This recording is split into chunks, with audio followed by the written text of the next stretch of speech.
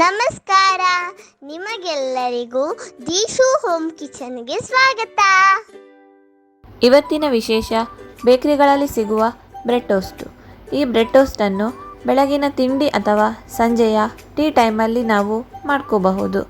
ಇದನ್ನು ಮನೆಯಲ್ಲಿ 10 ನಿಮಿಷದಲ್ಲಿ ನಾವು ರೆಡಿ ಮಾಡ್ಕೋಬಹುದು. ಹಾಗಾದರೆ ಬನ್ನಿ, ಇವತ್ತು ನಾವು ಬೇಕರಿ ಸ್ಟೈಲ್ ಬ್ರೆಡ್ ಟೋಸ್ಟ್ ರೆಸಿಪಿನ ಸ್ಟಾರ್ಟ್ ಮಾಡೋಣ. ಬೇಕರಿ ಸ್ಟೈಲ್ ಬ್ರೆಡ್ ಟೋಸ್ಟ್ ಮಾಡಲು 2 ಚಮಚ ಎಣ್ಣೆನ ಬಿಸಿ ಮಾಡ್ಕೊಳ್ಳಿ. ಎಣ್ಣೆ ಬಿಸಿ ಆಗ್ತಿದ್ದಾಗೆ ಇದಕ್ಕೆ ಸ್ವಲ್ಪ ಜೀರಿಗೆ ಮತ್ತು ಸಾಸಿವೆಯ ಒಗ್ಗರಣೆ ಹಾಕ್ಕೊಳ್ಳಿ. 2 ಕಾಯಿ ಮೆಣಸು ಸಣ್ಣಗೆ ಕತ್ತರಿಸಿ ಕ್ರಿಸ್ಪಿ ಆಗೋವರೆಗೂ ಸ್ವಲ್ಪ ಹೊತ್ತು ಫ್ರೈ ಮಾಡ್ಕೊಳ್ಳಿ. ಖಾರಕ್ಕೆ ತಕ್ಕಂತೆ ಕಾಯಿ ಮೆಣಸನ್ನು ಸೇರಿಸ್ಕೊಳ್ಳಿ. 1 ದೊಡ್ಡ ಈರುಳ್ಳಿಯನ್ನು ಸಣ್ಣಗೆ ಕಟ್ ಮಾಡಿಕೊಂಡು ಇದಕ್ಕೆ ಹಾಕ್ಕೊಳ್ಳಿ. ಸ್ವಲ್ಪ ಫ್ರೈ ಮಾಡಿಕೊಂಡು ಇದಕ್ಕೆ ಕ್ಯಾರೆಟನ್ನು ಸೇರಿಸ್ಕೊಳ್ಳಿ. ಕ್ಯಾರೆಟನ್ನು ಸಣ್ಣ ತುರಿಯಲ್ಲಿ ತುರ್ಕೋಬೇಕು. ಅರ್ಧ ಕ್ಯಾಪ್ಸಿಕಮನ್ನು ಸಣ್ಣಗೆ ಕತ್ತರಿಸಿ ಇದಕ್ಕೆ ಸೇರಿಸ್ಕೊಳ್ಳಿ. ಚೆನ್ನಾಗಿ ಸ್ವಲ್ಪ ಹೊತ್ತು ಮಿಕ್ಸ್ ಮಾಡ್ಕೊಳ್ಳಿ. 1 ಟೊಮ್ಯಾಟೊ, ಸ್ವಲ್ಪ ಕೊತ್ತಂಬರಿ ಸೊಪ್ಪು ಹಾಕ್ಕೊಳ್ಳಿ. ಈಗ ಇದಕ್ಕೆ ರುಚಿಗೆ ತಕ್ಕಷ್ಟು ಉಪ್ಪು, ಅರ್ಧ ಚಮಚ ಮೆಣಸಿನ ಹುಡಿ, 1/4 ಚಮಚ ಜೀರಿಗೆ ಹುಡಿ, ಅರ್ಧ ಚಮಚ ಕೊತ್ತಂಬರಿ ಹುಡಿ, 1/4 ಚಮಚ ಗರಂ ಮಸಾಲ. ಈಗ ಇದನ್ನು 1 ನಿಮಿಷ ಚೆನ್ನಾಗಿ ಮಿಕ್ಸ್ ಮಾಡ್ಕೊಳ್ಳಿ. ಟೊಮ್ಯಾಟೊ ಸಾಫ್ಟ್ ಆದರೆ ಸಾಕಾಗುತ್ತೆ. ನೀರು ಬಿಟ್ಕೊಂಡ್ರೆ ಬ್ರೆಡ್ ಟೋಸ್ಟ್ ಮಾಡುವಾಗ ತುಂಬ ಮೆತ್ತಗೆ ಆಗುತ್ತೆ. ನಿಮಗೆ ಕ್ರಿಸ್ಪಿಯಾಗಿ ಬೇಕು ಅಂದರೆ ಮಧ್ಯಮ ಉರಿಯಲ್ಲಿ ಒಂದು ಅರ್ಧದಿಂದ 1 ನಿಮಿಷ ಇದನ್ನು ಚೆನ್ನಾಗಿ ಮಿಕ್ಸ್ ಮಾಡ್ಕೊಳ್ಳಿ.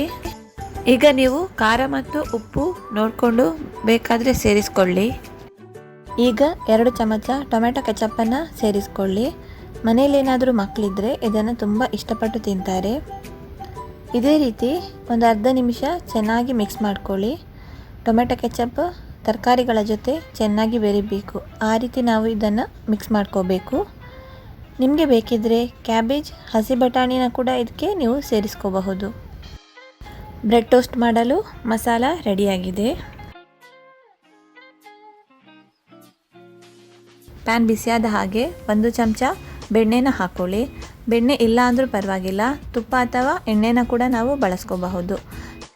ಬೆಣ್ಣೆ ಕರಗಿದ ಹಾಗೆ ಅದನ್ನು ಚೆನ್ನಾಗಿ ಸ್ಪ್ರೆಡ್ ಮಾಡಿಕೊಂಡು 4 ಬ್ರೆಡ್ ಸ್ಲೈಸ್ಗಳನ್ನು ಇದರ ಮೇಲೆ ಇಟ್ಟು ಫ್ರೈ ಮಾಡ್ಕೊಳ್ಳಿ.